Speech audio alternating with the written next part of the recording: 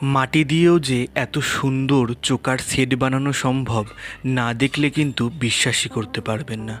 নমস্কার সুপ্রিয় দর্শক, চলে এসেছি নতুন আরেকটি ভিডিও নিয়ে।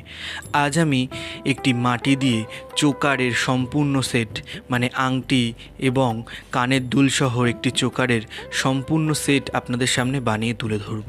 যদিও বা আইডিয়াটা কিন্তু সম্পূর্ণ আমার না।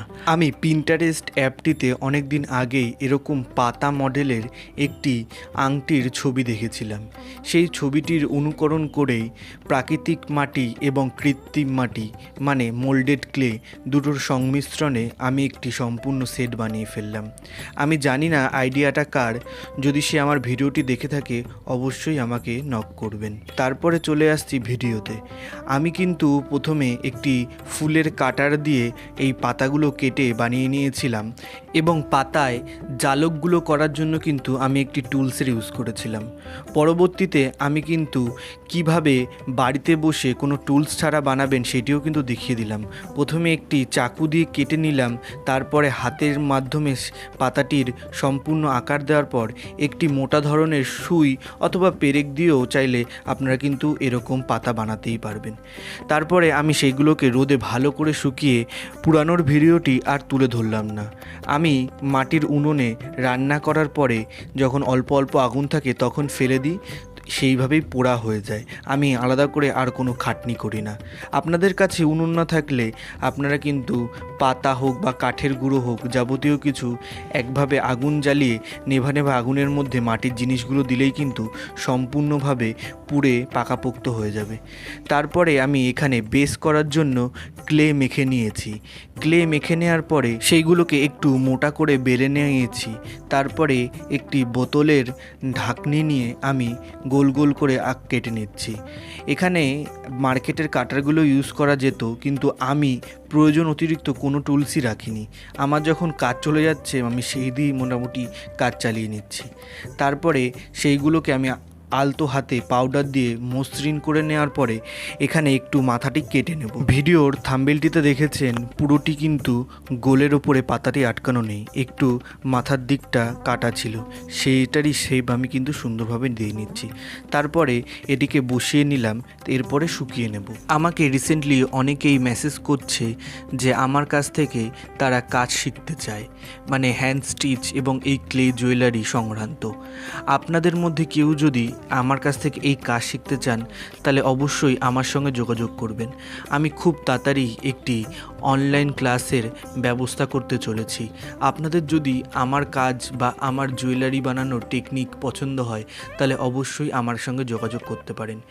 জুয়েলারি কিভাবে বানাবেন সেই সকল প্রকার র মেটেরিয়ালও কিন্তু আমার কাছ থেকে পেয়ে যাবেন। আর আমার বানানো জুয়েলারিগুলো যদি পছন্দ হয়, সেইগুলো যদি আপনারা ব্যবহার করতে চান তাহলেও কিন্তু আমার সঙ্গে কন্ট্যাক্ট করতে পারেন। যে কোনো বিষয়ে যোগাযোগ করার জন্য আমাকে কিন্তু ফেসবুকে এবং ইনস্টাগ্রামে মেসেজ করতে পারেন। ভিডিওটির ডেসক্রিপশানে আমি ফেসবুক এবং ইনস্টাগ্রাম আইডির লিঙ্ক দিয়ে রাখবো। আপনারা আসুন এবং আমার সঙ্গে যোগাযোগ করুন।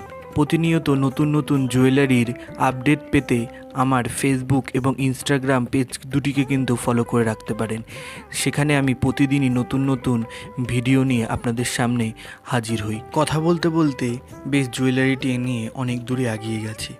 এরপরে আমি পাতাটির নিচের অংশ, মানে যেটিকে আমি ক্লে দিয়ে বানিয়েছি, সেটির ওপরে আমি কালো কালার করে নিচ্ছি। কালো কালারের আগে কোনো বেস কালার করিনি, কারণ কালো কালারের আগে কোনো বেস কালার করার প্রয়োজন পড়েও না। এরপরে মাটিটির ওপরে আমি খয়েরি কালার একটি অ্যাপ্লাই করছি। আমি একটি মানে টেরাকোটা জুয়েলারির যেটি মানে ন্যাচারাল কালার সেটি রাখারই চেষ্টা করছি।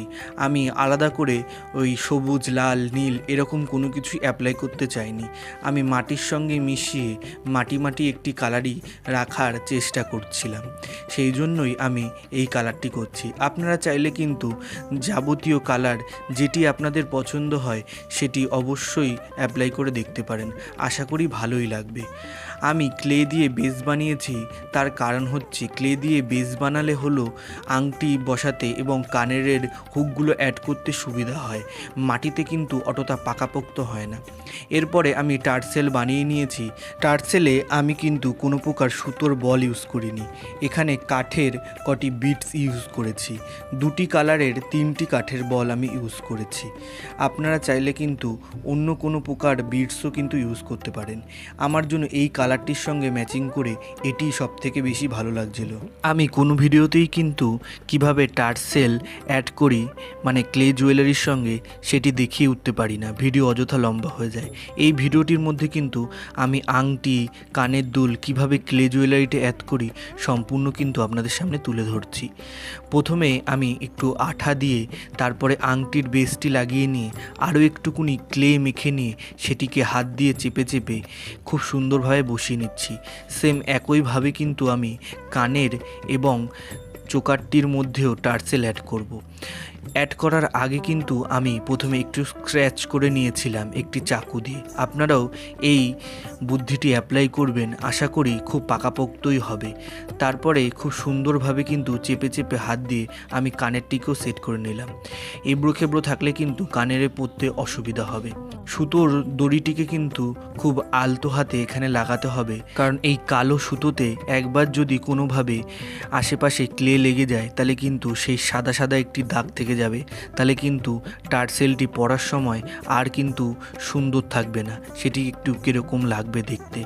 এরপরে একটি টুলস দিয়ে আমি খুব সুন্দর করে চেপে চেপে বসিয়ে নিচ্ছি, কারণ গলায় পড়লে কোনো প্রকার যাতে অসুবিধা না হয় সেটিরই খেয়াল করেই আমি এই সব প্রকার কাজ করে নিচ্ছি। এরপরে আমি একটি সিরিজ কাগজ দিয়ে এটিকে সুন্দর করে ঘষেও নিয়েছি। তারপরে এর উপরে একটি কালো কালারের বেস কালার করে নিচ্ছি। এই বেস কালারটি করাটি কিন্তু খুব দরকারি, কারণ কোনোভাবে যদি চোকার অথবা আংটিটি যদি উল্টো দিক আপনাদের চোখে পড়ে তখন কিন্তু দেখতে ভাল লাগবে না, সেই জন্য কালো কালারের সঙ্গে মিলিয়ে কালো কালার অ্যাপ্লাই করেছি। পরবর্তীতে ভার্নিশ করে জুয়েলারিটি কিন্তু আমি সম্পূর্ণ করেছি। এই প্রকার আরও নিত্য নতুন ভিডিও দেখতে আমার চ্যানেলটি সাবস্ক্রাইব করে পাশে থাকা নোটিফিকেশান অন করে রাখবেন, যাতে আমার পোস্ট করা সব প্রকার ভিডিও সবার প্রথমে আপনার কাছে পৌঁছায়। ভিডিওটি ভালো হলে একটি লাইক করবেন এবং ভিডিওটি কেমন লাগলো অবশ্যই কমেন্টে আপনার মূল্যবান বক্তব্য জানিয়ে যাবেন।